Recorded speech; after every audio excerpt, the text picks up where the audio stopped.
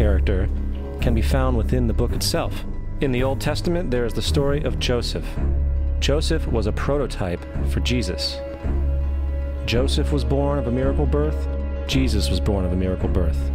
Joseph was of 12 brothers. Jesus had 12 disciples. Joseph was sold for 20 pieces of silver. Jesus was sold for 30 pieces of silver. Brother Judah suggests the sale of Joseph. Disciple Judas suggests the sale of Jesus. Joseph began his work at the age of 30. Jesus began his work at the age of 30. The parallels go on and on. Furthermore, is there any non-biblical historical evidence of any person living with the name Jesus, the son of Mary, who traveled about with 12 followers, healing people and the like? There are numerous historians who lived in and around the Mediterranean, either during or soon after the assumed life of Jesus. How many of these historians document this figure?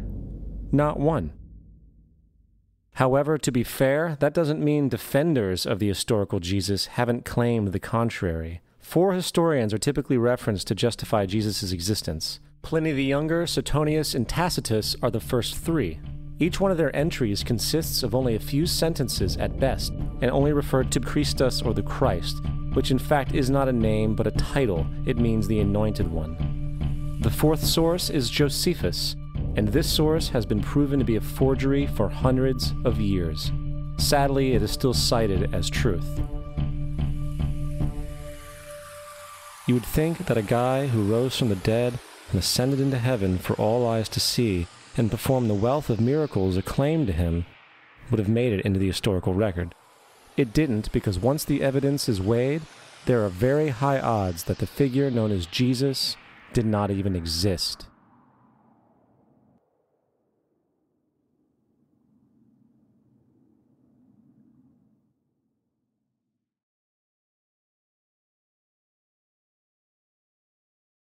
We don't want to be unkind, but we want to be factual. We don't want to cause hurt feelings, but we want to be academically correct in what we understand and know to be true. Christianity just is not based on truth. We find that Christianity was in fact nothing more than a Roman story, developed politically. The reality is, Jesus was the solar deity of the Gnostic Christian sect, and like all other pagan gods, he was a mythical figure. It was the political establishment that sought to historize the Jesus figure for social control. By 325 AD in Rome, Emperor Constantine convened the Council of Nicaea. It was during this meeting that the politically motivated Christian doctrines were established, and thus began a long history of Christian bloodshed and spiritual fraud. And for the next 1600 years, the Vatican maintained a political stranglehold on all of Europe, leading to such joyous periods as the Dark Ages, along with enlightening events such as the Crusades and the Inquisition.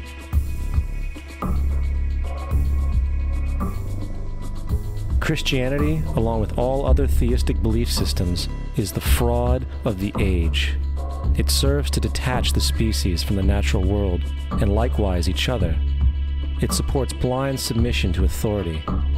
It reduces human responsibility to the effect that God controls everything, and in turn awful crimes can be justified in the name of a divine pursuit. And most importantly, it empowers those who know the truth but use the myth to manipulate and control societies. The religious myth is the most powerful device ever created and serves as the psychological soil upon which other myths can flourish.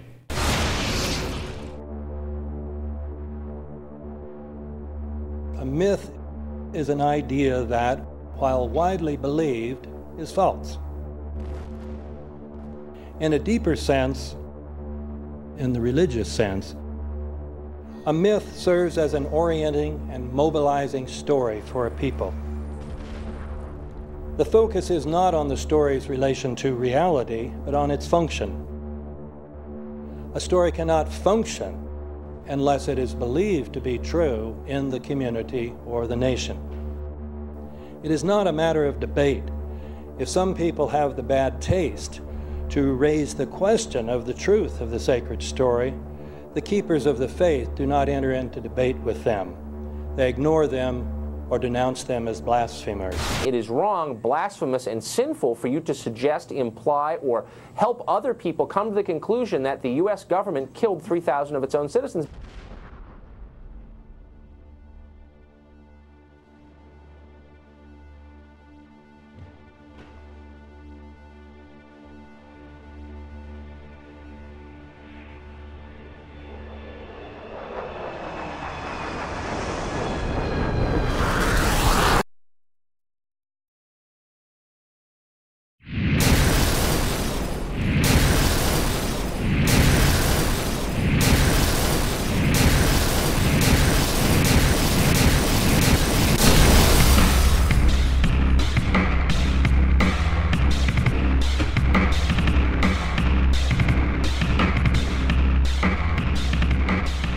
As if a demolition team set off when you see the old demolitions of these old buildings. It looks like one of those scenes of an old building being purposely dynamited and blown up. Anybody who's ever watched a building being demolished on purpose knows that if you're going to do this, you have to get at the under-infrastructure of a building and bring it down. The way the structure is collapsing, this was the result of something that was planned. It's not accidental that the first tower just happened to collapse and then the second tower just happened to collapse in exactly the same way.